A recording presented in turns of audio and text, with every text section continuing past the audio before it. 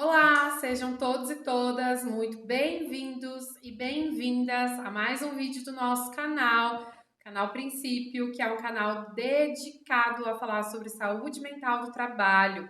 Nosso principal intuito aqui no canal é levar informação técnica, ética, de forma responsável e com muito embasamento.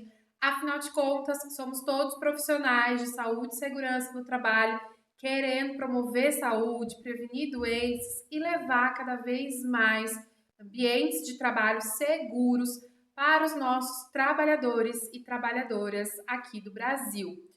E no nosso vídeo de hoje a gente vai ter mais uma aula, dessa vez uma aula super técnica, onde a gente vai dissecar de ponta a ponta o último manual do Ministério do Trabalho e Emprego sobre o gerenciamento de riscos ocupacionais, o nosso famoso GRO.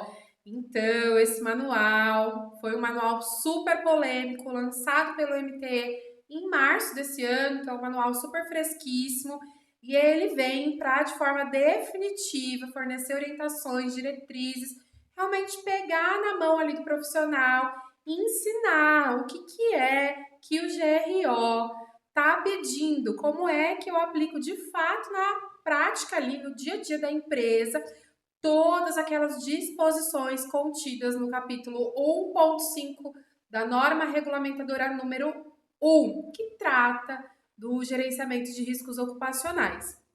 Por que a gente está nessa discussão tão calorosa já há um tempão, né? Porque em agosto de 2024, a NR1 passou por uma atualização do seu capítulo 1.5, incluindo explicitamente os fatores de riscos psicossociais relacionados ao trabalho como elementos pertencentes ali e sendo, portanto, obrigatórios de serem avaliados, né, aos riscos ocupacionais. Então, a NR1 ali na sua última atualização coloca os riscos psicossociais no mesmo pacote de riscos ocupacionais que estão os riscos físicos, químicos, biológicos, de acidentes, ergonômicos, incluindo ali os riscos psicossociais, porque eles estão dentro dos riscos ergonômicos.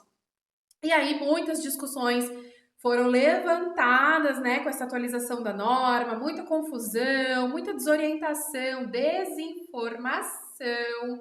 Bom, e é por isso que a gente está falando disso aqui, ó, faltando hoje é dia 27 de abril, faltando menos de 30 dias corridos para as empresas se adequarem. 27 de abril de 2026 hoje, o prazo se encerra em 26 de maio de 2026, ou seja, as empresas têm menos de um mês para estarem adequadas ou pelo menos iniciarem ali, porque muitas empresas não vão estar em conformidade total. É uma realidade que a gente tem visto, né? As empresas ainda estão atrasadas com esse processo, mas pelo menos para iniciarem esse processo de adequação. Então a gente está ó com o reloginho contando os minutos, os segundos. E hoje vamos dissecar esse manual, vamos ver se ele ainda deixa ali dúvidas, brechas para uma interpretação dúbia. Será que ele conseguiu contemplar tudo? Vamos ver? Então, hoje a gente vai dissecar esse manual de ponta a ponta. Se você é profissional de saúde e segurança do trabalho, já trabalha com isso ou quer trabalhar com isso, vem comigo que eu vou te explicar. Lembrando que, por que é que eu estou aqui falando com vocês sobre isso?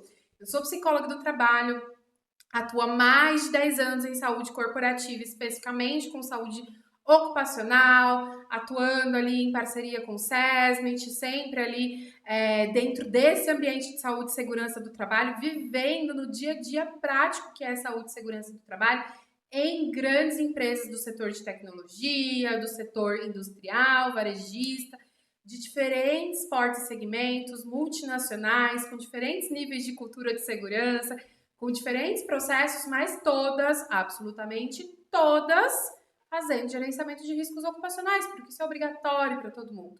Então, por que você deve continuar aqui comigo? Porque eu sei do que eu estou falando, trabalho com isso há muito tempo, não vou te levar desinformação e é por isso que eu vou abrir o manual aqui agora com vocês e a gente vai dissecar direto da fonte e fazer uma interpretação à luz aqui de uma experiência prática, técnica, à luz de uma profissional que realmente trabalhou com isso, sabe do que está falando, porque tem muito picareta aí.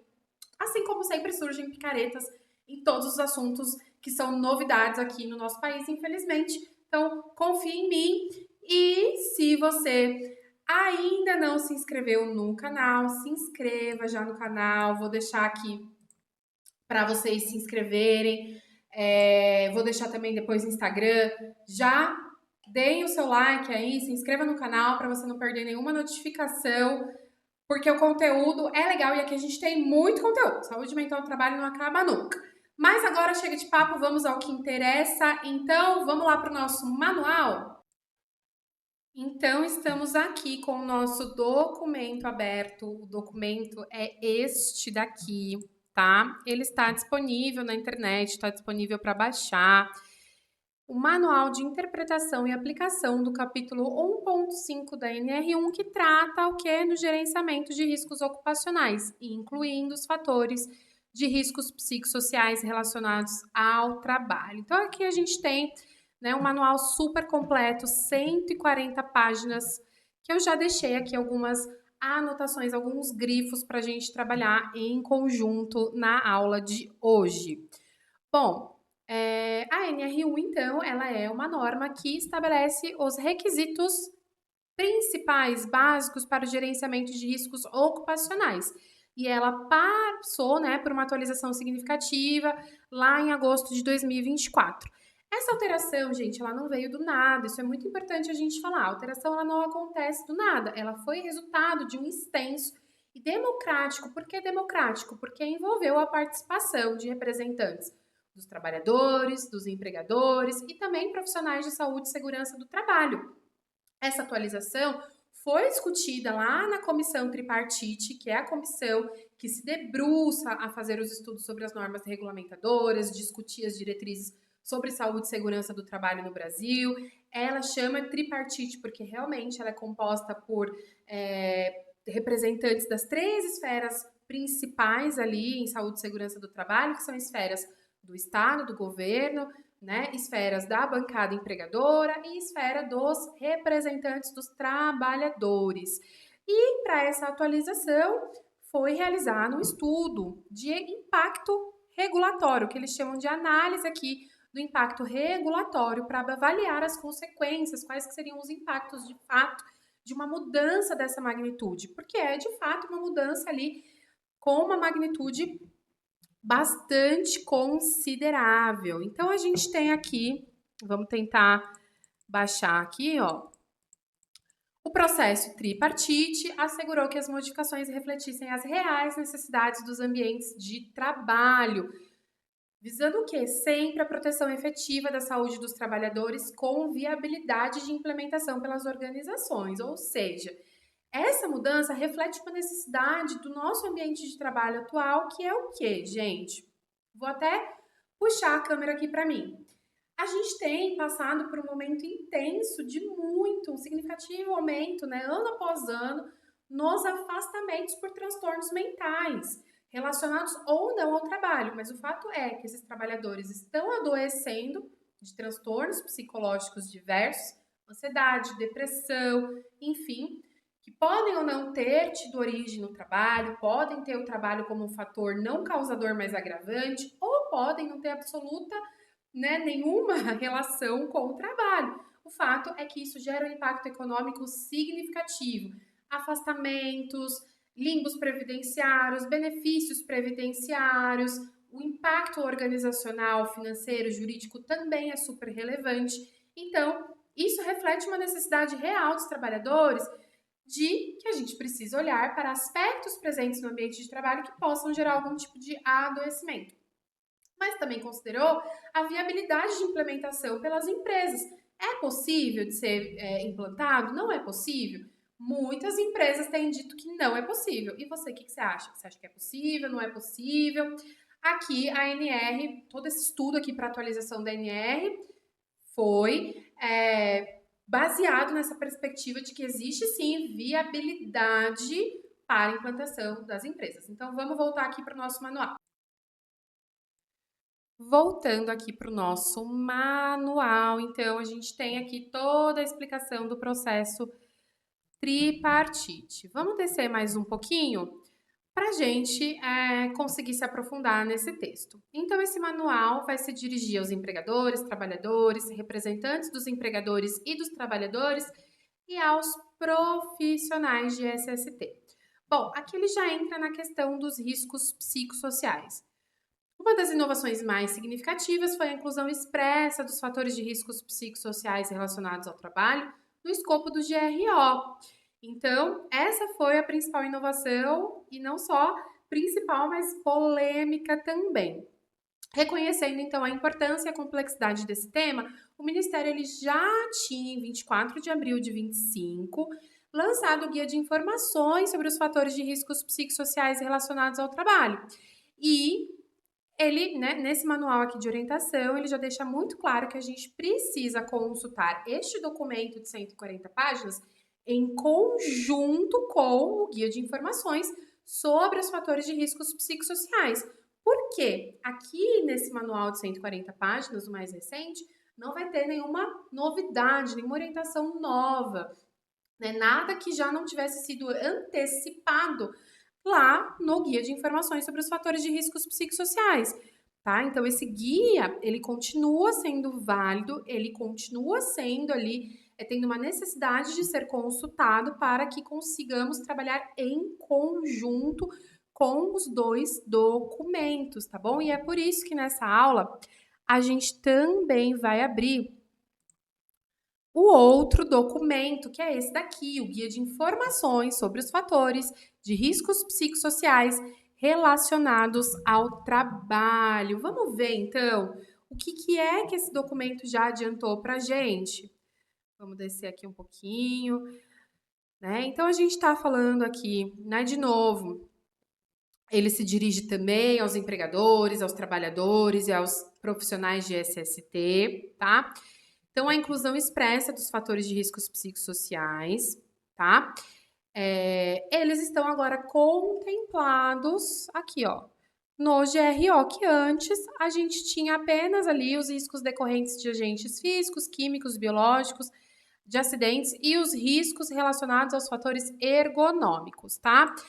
Nos fatores ergonômicos, nós já tínhamos contemplados os riscos psicossociais, porque lá na NR17, quando ele trata dos riscos ergonômicos, essa NR já fala ali que o trabalho precisa se adaptar às condições psicofisiológicas do trabalhador, ou seja, o ambiente já precisa mapear condições físicas e psicológicas para que seja possível promover condições ambientais adaptadas às condições do trabalhador. Ou seja, não é o trabalhador, vou até botar aqui na câmera, não é o trabalhador que tem que se adaptar às condições do ambiente de trabalho, mas sim o ambiente de trabalho que tem que se adaptar às condições psicofisiológicas desse trabalhador, tanto físicas, ou seja, altura de mobiliário, que aí a gente entra nessa questão, né, da ergonomia, que olha para a iluminação, conforto técnico, conforto auditivo, altura de mobiliário,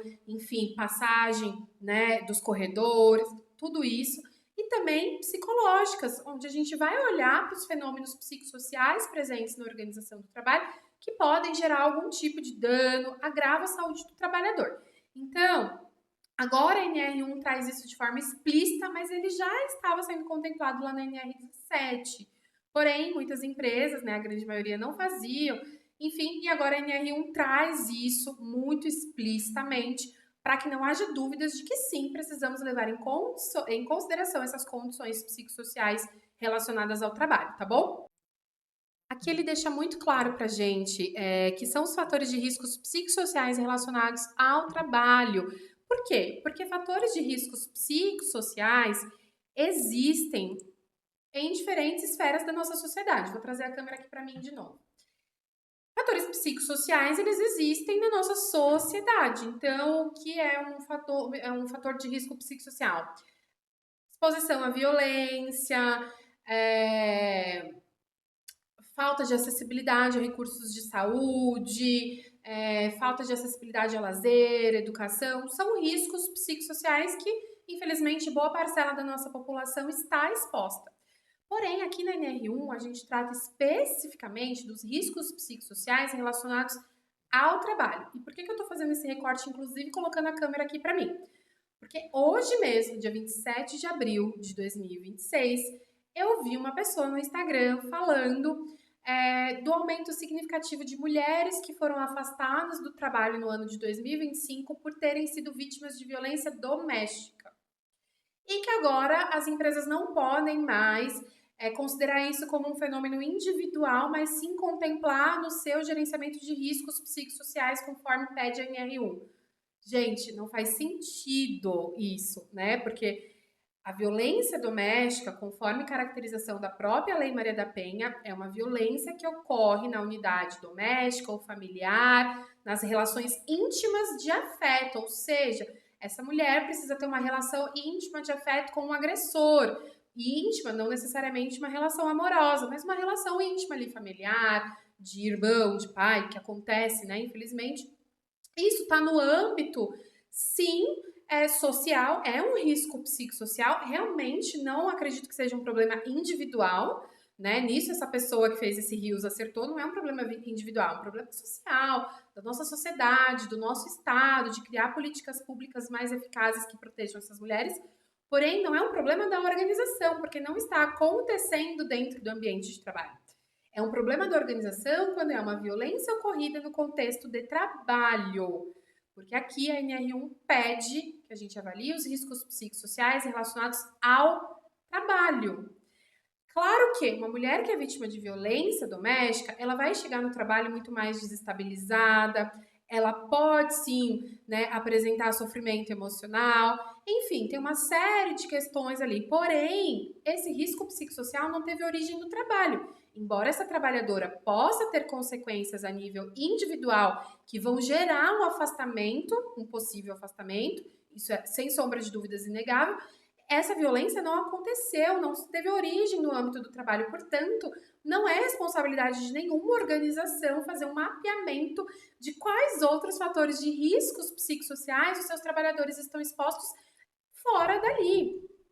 A NR1 pede que a empresa gerencie os riscos ocupacionais, ou seja, aqueles que têm origem no ambiente de trabalho, né? Porque senão, imagina, a gente teria que mapear se o meu colaborador, se o meu trabalhador, ele dirige alcoolizado no final de semana, que é um risco que ele está se submetendo, mas não é no ambiente de trabalho. Não teria como controlar isso, né? Pensando em ergonomia, eu teria que fiscalizar, mapear se o meu trabalhador, quando ele está assistindo uma série lá na Netflix no sábado, ele senta com a postura adequada no sofá ou se ele está ergonomicamente desconfortável, ou se o sofá, o mobiliário da casa dele não é adequado ergonomicamente. Percebe que não faz sentido com risco psicossocial a mesma coisa. Eu vou mapear, avaliar, classificar os riscos psicossociais que têm origem no trabalho. Embora, sim, os meus trabalhadores possam estar expostos a outros riscos fora do ambiente de trabalho que não cabe a mim, enquanto organização, mapear, não cabe a mim, enquanto organização, gerenciar, tá? Esses riscos podem gerar afastamento do trabalho? Claro que pode. Se o meu colaborador todo final de semana assiste série na Netflix com a postura, né, com a coluna completamente desalinhada ou com mobiliário inadequado, claro que isso pode gerar um afastamento. Né? Ele pode ter um problema na coluna, gerar uma dor e sair do trabalho, ter que se afastar para se tratar. Claro que isso pode acontecer. Assim como a violência doméstica, é claro que uma mulher que sofre violência doméstica pode se afastar do trabalho. Porém, esse é um risco que não está dentro do escopo de responsabilidade das organizações. Então a gente tem que tomar muito cuidado. E quando vocês verem esse tipo de conteúdo, vocês prometem para mim que vocês vão comentar, denunciar, falar, porque a gente precisa combater esse tipo de desinformação, tá? Então vamos lá, vamos voltar aqui para o nosso documento. Então aqui nós temos a integração da NR1 com a NR17 muito explícita, tá? Então os fatores de riscos psicossociais relacionados ao trabalho estão contemplados na NR17, tá bom? Agora a gente vai descer um pouquinho mais. Bom, fatores de riscos psicossociais relacionados ao trabalho para fins de aplicação no GRO são os perigos decorrentes de problemas na concepção, na organização e na gestão do trabalho que podem gerar efeitos na saúde do trabalhador em nível psicológico, físico e social, como, por exemplo, o desencadeamento ou agravamento de estresse no trabalho, esgotamento, depressão, a DORT, que são as doenças osteomusculares, né? Entre outros, tá bom? Bom, gente, aqui fica muito explícito, né? Que os fatores de riscos psicossociais para efeito do GRO são esses problemas que têm origem no trabalho, seja na concepção, na organização, na gestão do trabalho. Não são riscos que estão alheios, fora do ambiente de trabalho, tá? Bom, a gestão da ergonomia, incluindo os fatores de riscos psicossociais relacionados ao trabalho, deve ser realizada pela utilização de dois métodos previstos na NR17. A AEP, que é a avaliação ergonômica preliminar, e a análise ergonômica do trabalho. Perfeito? Então, aqui vamos falar um pouquinho sobre esses dois métodos. A AEP é uma abordagem preliminar que visa um mapeamento inicial ali, levantamento inicial dos perigos existentes na organização, uma classificação inicial desses riscos. E a AET é um estudo mais aprofundado e ele tem ali alguns critérios para que a gente precise seguir para a AET. Esses critérios estão previstos na NR17. A gente não vai se aprofundar na NR17 aqui nessa aula, tá? Mas, para fins de GRO, para análise dos riscos psicossociais, o que é primeiramente solicitado? Que seja feita uma análise ergonômica preliminar. Quem pode fazer análise ergonômica preliminar? Ergonomistas, né? Os profissionais da ergonomia.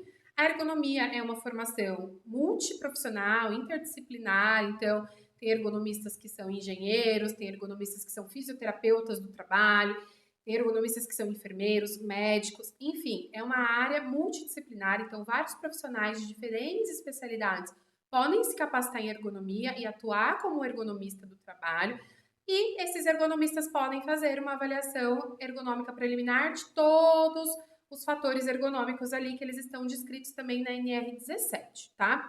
Para os riscos psicossociais, o ergonomista precisa ter uma capacitação para avaliar os riscos psicossociais. Então, ele também precisa ali saber aplicar técnicas, ferramentas, metodologias para análise dos riscos psicossociais. Além dos ergonomistas, quem mais pode, né, fazer uma análise dos riscos psicossociais para agregar a AEP? Psicólogos, desde que tenham capacidade técnica para isso, os médicos, enfermeiros, enfim, né? De novo, a ergonomia é uma área abrangente, interdisciplinar. Então, nós psicólogos, por exemplo, podemos fazer avaliação dos riscos psicossociais?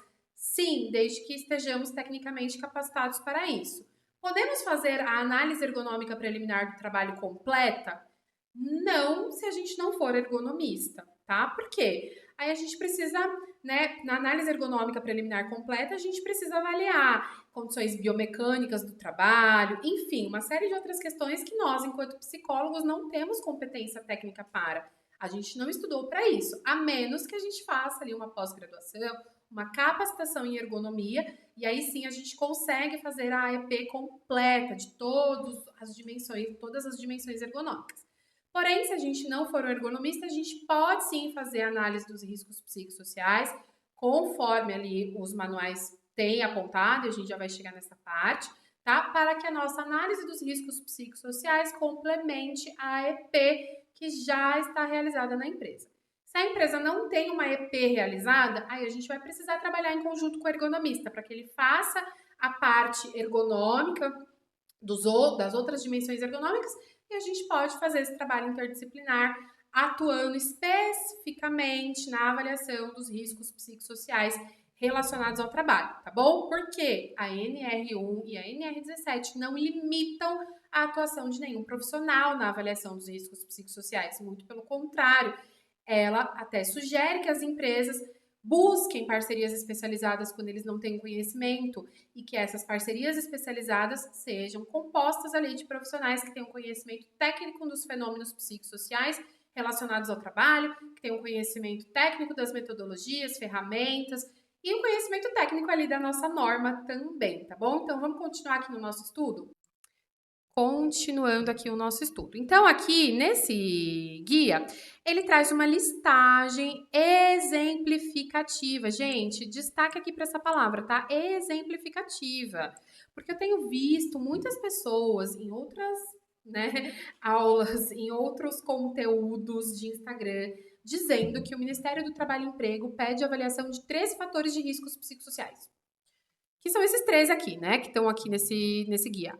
Aí eu te pergunto, aonde é, tanto aqui nesse manual quanto na NR1, que está pedindo, exigindo que a gente faça a avaliação desses 13? Isso daqui é uma listagem exemplificativa, gente, exemplificativa. E aqui embaixo, ó, ele também fala de novo, né? Um pouquinho mais lá embaixo, ele vai falar, a gente vai chegar lá, que essa listagem ela é meramente exemplificativa, ela não tem a intenção de esgotar o tema, ou seja, não é um rol taxativo, né? São coisas diferentes. Né? Então, exemplificativo é quando eu pego, né, um modelo para exemplificar aquilo que eu estou querendo dizer. No caso, essa lista é exemplificativa, como o próprio manual já deixa claro, exemplificativa. Eu não necessariamente preciso avaliar só isso. E se eu avaliar só isso, eu posso estar errando feio, porque eu posso estar deixando de cobrir outros riscos psicossociais que podem estar presentes naquela organização que eu estou trabalhando, tá?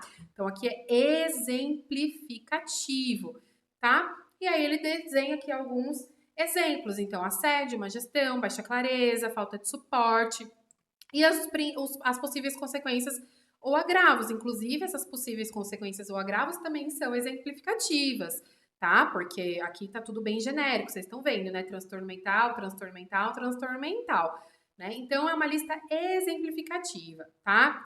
Então, como proceder? O que esse manual traz pra gente? Primeiro, verificar se precisa de ajuda especializada. Então, a empresa, ela pode buscar ajuda especializada nos casos onde ela não tem, desconhece ou não tem profissionais internos do SESMIT ou os fornecedores de saúde e segurança ocupacional que já trabalham com eles, eles precisam buscar ajuda especializada, tá?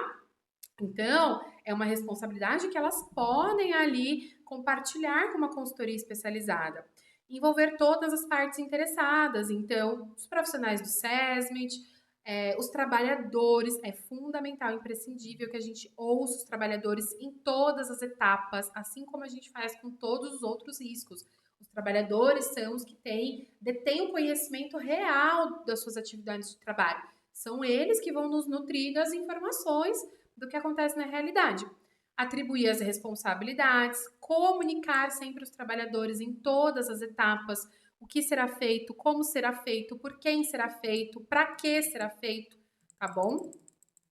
E aí a preparação para o processo de identificação de perigos e avaliação dos riscos.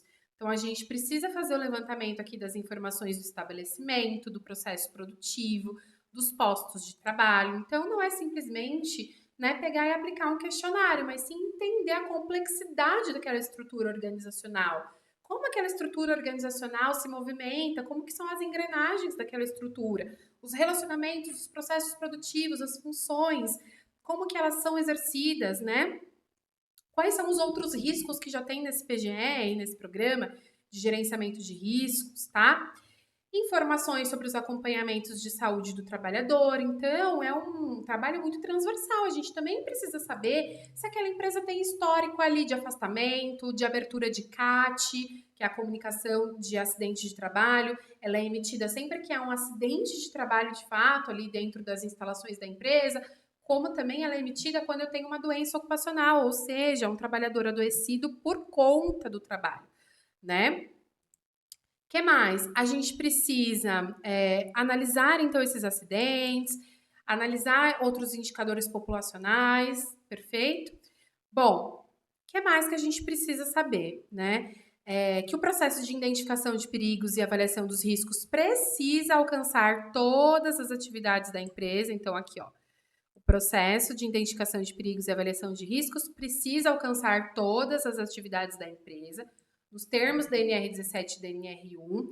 E depois a gente vai lá ver no outro guia de orientação que, embora isso seja uma obrigatoriedade, precisa alcançar todas as atividades, eu não preciso aplicar o mapeamento de riscos psicossociais para todas as atividades ao mesmo tempo. Eu posso optar por começar o meu diagnóstico em setores, por exemplo, onde eu já tenho mais comunicação de acidentes de trabalho, por exemplo, mais eventos reportados relacionados ao afastamento por saúde mental. Então, eu começo por aquela área, né? Principalmente em empresas muito grandes, onde começar de tudo de uma vez ao mesmo tempo pode ser bem complexo. Eu posso faseando, né? Eu não preciso começar tudo de uma vez ao mesmo tempo. Mas no final de todo esse processo, eu preciso estar com todas as atividades contempladas. Então, eu não posso escolher mapear só a liderança, né? Eu não posso escolher fazer análise dos riscos psicossociais somente no setor XYZ. Tem que contemplar todos, tá? Verificar os critérios utilizados no processo de avaliação dos riscos para severidade, probabilidade. Sem severidade, sem probabilidade, a gente não calcula risco. Então, a gente precisa definir quais são os critérios que eu vou utilizar para definir qual vai ser a minha severidade. Quais são os critérios que eu vou utilizar para definir a probabilidade de um dano, lesão ou agravo ocorrer naquele trabalhador, tá?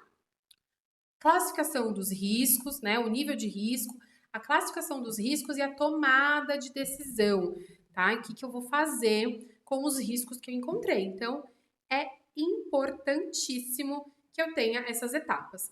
A organização, ela pode preparar ou utilizar uma listagem aqui, ó, de perigos ergonômicos, né, a fim de facilitar o trabalho de quem vai conduzir a identificação desses riscos. Ó, aqui, ó, de novo. Nesse sentido, a listagem trazida no capítulo 2 sobre os fatores de riscos psicossociais e as possíveis consequências para a saúde do trabalhador não tem a pretensão de esgotar o tema, tendo tão somente a função de exemplificar uma gama de possíveis perigos e suas consequências para a saúde dos trabalhadores. Então, ela tem uma função de exemplificar tanto os riscos quanto as lesões, tá? Não significa que a gente vai colocar só aquela lesão lá e a nossa avaliação vai estar completa, tá bom? Aquilo é uma exemplificação, tá? Para além disso, a gente precisa definir qual a estratégia de condução do processo de identificação e avaliação dos fatores de riscos psicossociais, né? Se a gente vai realizar a observação da atividade de trabalho, incluindo sempre o diálogo com o trabalhador, se a gente vai utilizar uma pesquisa padronizada, se a gente vai realizar uma oficina com auxílio de moderação, se a gente vai, né, optar ou não por conduzir todo o processo por meio de um time de especialistas, envolvendo assessment, envolvendo consultoria especializada, tá?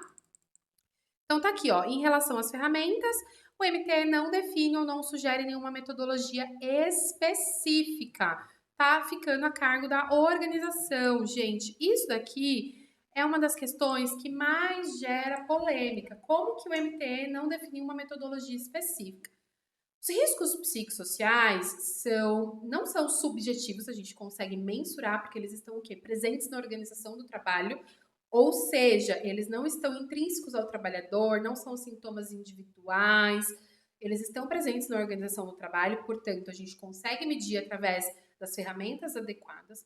O MT não definiu nenhuma metodologia, porque existem diversas metodologias que são possíveis, validadas, de serem aplicadas e que cada uma dessas metodologias vai conversar com cada realidade organizacional. Então, eu tenho, por exemplo, instrumentos, né, que são muito longos, com perguntas muito focadas ali para o trabalhador responder acerca do seu ambiente de trabalho, mas que são perguntas muitas vezes com a construção de frase, né, um pouco complexa para trabalhadores, por exemplo, que têm um nível de escolaridade ensino fundamental. Então, como é que o MT vai estipular uma única metodologia, né? Se eu dependo ali de observar os processos de trabalho, quem são aquelas pessoas que trabalham lá, como elas trabalham, elas estão presencial, elas estão remotamente, né? Então, a gente precisa observar essa série de variáveis. É diferente de eu pegar ali um medidor acústico para medir o nível ali de exposição a ruído daquele trabalhador.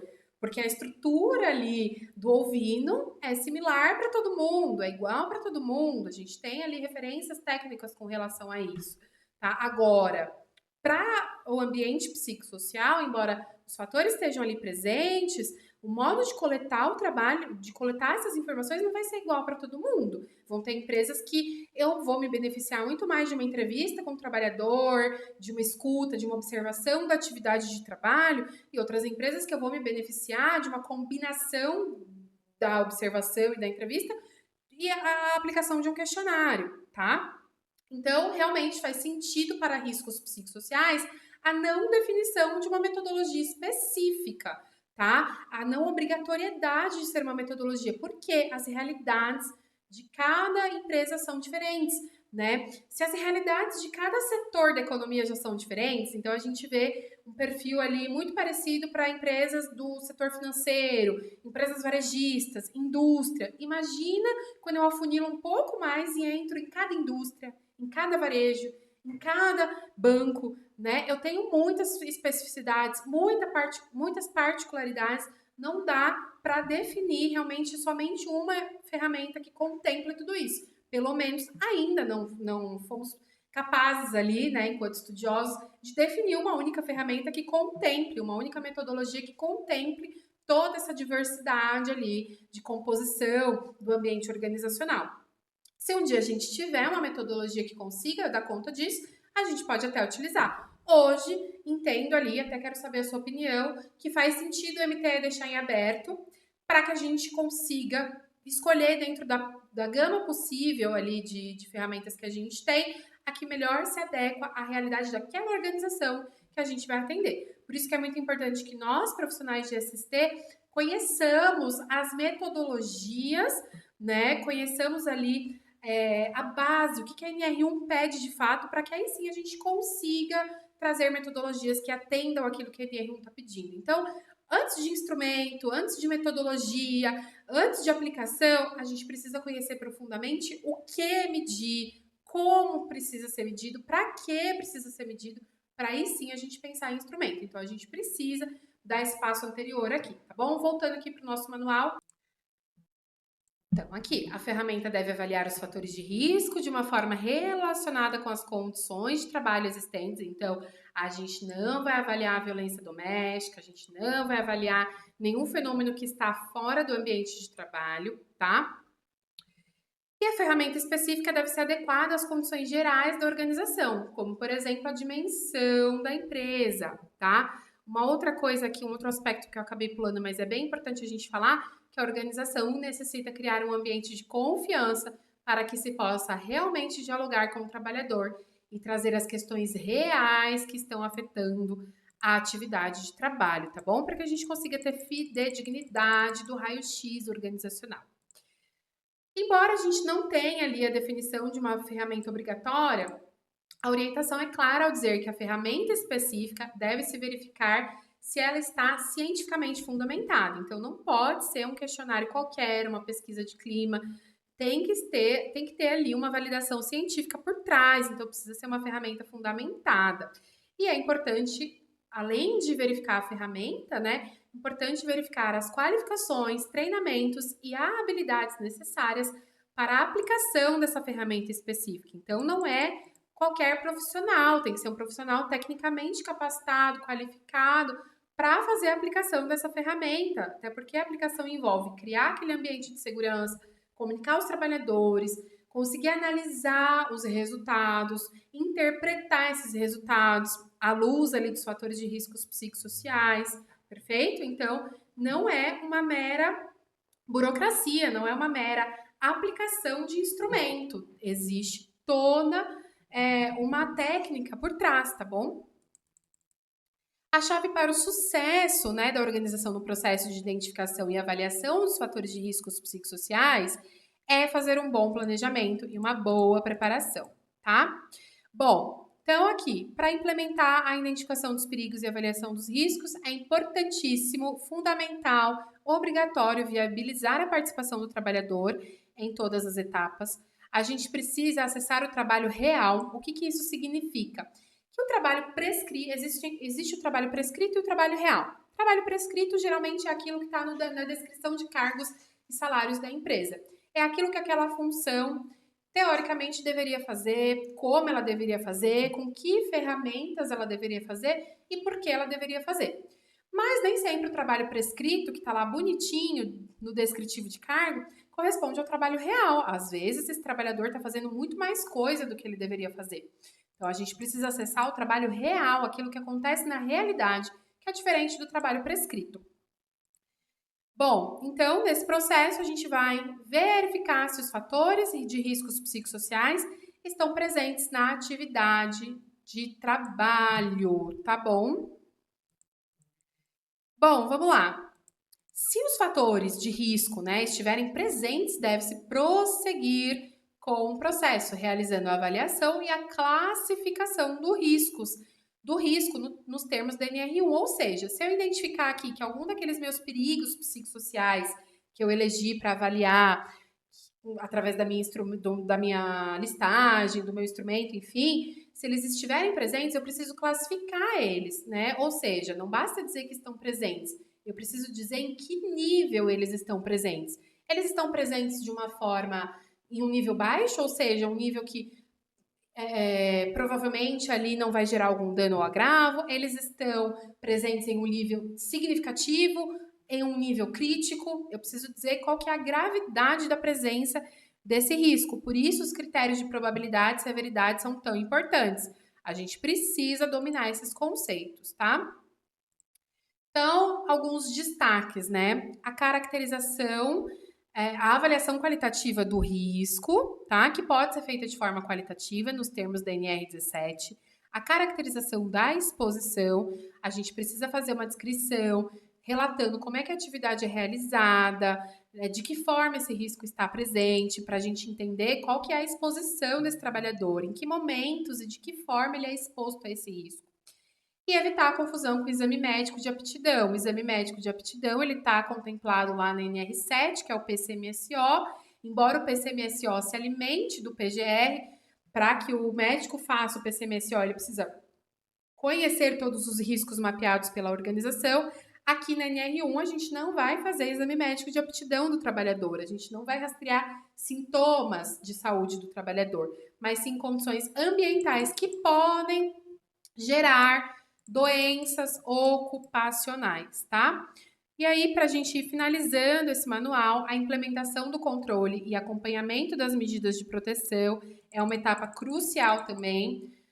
A adequação da NR1 ela não termina apenas no levantamento e na classificação dos riscos. Aqui a gente precisa traçar planos de ação que vão mitigar, reduzir ou eliminar os riscos identificados, que deve ser definido, né, com cronograma. Então tem que ter um plano de ação com cronograma, com responsáveis, com formas de acompanhamento e com formas de aferição dos resultados, tá? E a participação dos trabalhadores também é fundamental nessa etapa. Preciso garantir que eles participem, tá? E a documentação? A gente precisa de uma série de documentos para garantir essa adequação, tá bom? Para que o processo seja fidedigno e extremamente ali alinhado com o que a ANR pede, tá bom?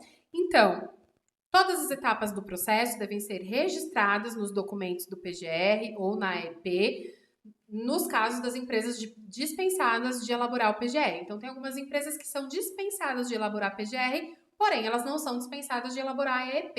Então, no caso das empresas que são dispensadas da elaboração do PGR, no processo de AEP, elas vão documentar as etapas do processo. Então, a gente precisa ter um inventário de riscos, tá? Ocupacionais que deve contemplar, no mínimo, as seguintes informações: caracterização dos processos e ambientes de trabalho, caracterização das atividades, descrição dos perigos com a identificação das fontes e circunstâncias, indicação das possíveis lesões ou agravos à saúde, indicação dos grupos de trabalhadores expostos, descrição das medidas de prevenção implementadas, caracterização da exposição dos trabalhadores, dados da análise preliminar ou do monitoramento das exposições ali aos agentes físicos, químicos, biológicos. Então, isso vai estar lá na nossa EP completa, feita pelo ergonomista, e avaliação dos riscos, incluindo a classificação para fins de elaboração do plano de ação. E aqui ele traz um exemplo prático.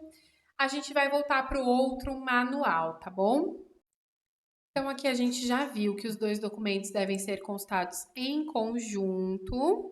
Então, vamos descer mais um pouquinho. Esse manual não substitui o texto legal da NR1. Bom, grifei aqui alguns pontos importantes que eu quero tratar com vocês. Então, aqui a NR1 ela trata da prevenção de acidentes e doenças ocupacionais, e é importante destacar aqui que não se sustenta, né, toda essa prevenção de acidentes e doenças não se sustenta em ações pontuais, mas exige uma abordagem estruturada, que é exatamente isso que o sistema de gestão de riscos ocupacionais visa alcançar, né? Um sistema de gestão para prevenir lesões, problemas de saúde e proporcionar locais de trabalho seguros e saudáveis. Vamos avançar um pouquinho mais para cá. Sugiro fortemente que vocês façam a leitura desse texto na íntegra. A NR1, então, estabelece que o nosso Programa Brasileiro ali de Gerenciamento de Riscos Ocupacionais, institui uma estrutura sistematizada para a identificação de perigos, avaliação e controle dos riscos, devendo ser articulado com as demais ações de saúde. No caso aqui, ele destaca a NR7, que trata do Programa de Controle Médico, análise de acidentes e preparação para emergências. Bom, então aqui a gente já sabe, né, que é um processo contínuo, sistemático, de prevenção de riscos e de doenças ocupacionais. Vamos descer mais um pouquinho para a gente falar de pontos importantes aqui. Primeiro, a abrangência. Então, a NR1 estabelece a obrigatoriedade de implementação do GRO em todas as atividades da organização, em todos os seus estabelecimentos. E esse gerenciamento de riscos deve constituir um programa de gerenciamento de riscos, que é um conjunto ordenado de ações, tá? Então, a regra fundamental é que a implementação do PGR é obrigatória por estabelecimento, ou seja, né, vamos supor que uma empresa tenha 3 estabelecimentos, 3 unidades ali operacionais. Cada uma dessas unidades vai ter que ter o seu PGR, cada um dos seus estabelecimentos vai ter que ter o seu PGR, tá? Abrangendo a totalidade de suas atividades. De novo, aquilo que eu falei, embora a implementação seja por estabelecimento, a NR oferece flexibilidade. A critério da organização, o PGR pode ser estruturado por unidades, por setores ou até mesmo por atividades específicas, e a gente pode começar as avaliações de forma gradual, faseada, tá bom? Independente da forma de segmentação escolhida, o PGR deve abranger todas as atividades do estabelecimento. Aqui a gente já viu um pouquinho da documentação, né? Então, o inventário de riscos, o plano de ação e os critérios utilizados. Além dos 3 documentos mínimos, a gente pode contemplar ali, né, no programa de gerenciamento de riscos, o relatório das análises de acidentes e doenças do trabalho, o registro da implementação de medidas de prevenção, registro de acompanhamento do desempenho das medidas de prevenção, evidências dos exercícios simulados de resposta à emergência e evidências de capacitações e treinamentos. A NR1 permite que a organização atue com sistemas de gestão certificados. Vou pular aqui um pouquinho. E o PGR, né, de fato, não atua de forma isolada. Por que é importante a gente saber disso? Porque o PGR ele vai subsidiar uma série de outras tomadas de decisões, como é o caso ali do PCMSO e outros programas de saúde e segurança do trabalho. Então, agora aqui a gente entra de novo ali, né, na questão dos riscos psicossociais. Bom, as responsabilidades que a gente viu um pouquinho no outro manual, tá? Vamos descendo aqui, ó. Olha, aqui ele fala de novo da NR17, porque a NR17 já contempla os fatores de riscos psicossociais. E na NR17, né, a ergonomia é estruturada em 5 principais áreas específicas. Primeiro, a organização do trabalho, que é onde a gente vai estar enquanto pessoas que trabalhamos com riscos psicossociais. Levantamento, transporte e descarga de materiais, mobiliário dos postos de trabalho, trabalho com máquinas e condições de conforto no ambiente de trabalho. Todas essas 5 dimensões, elas estão contempladas na EP. No nosso caso, aqui a gente vai trabalhar com a primeira dimensão, que é a organização do trabalho, tá? Que é onde moram os riscos psicossociais, na forma como o trabalho se organiza. Então, aqui a gente também já falou um pouquinho sobre AEP e AET. Perfeito. Verificação contínua e coleta de informações. Então, cabe à organização verificar continuadamente os processos do GRO e avaliar se esse está sendo completamente implementado. Responsabilidade compartilhada, isso daqui é uma dúvida muito comum.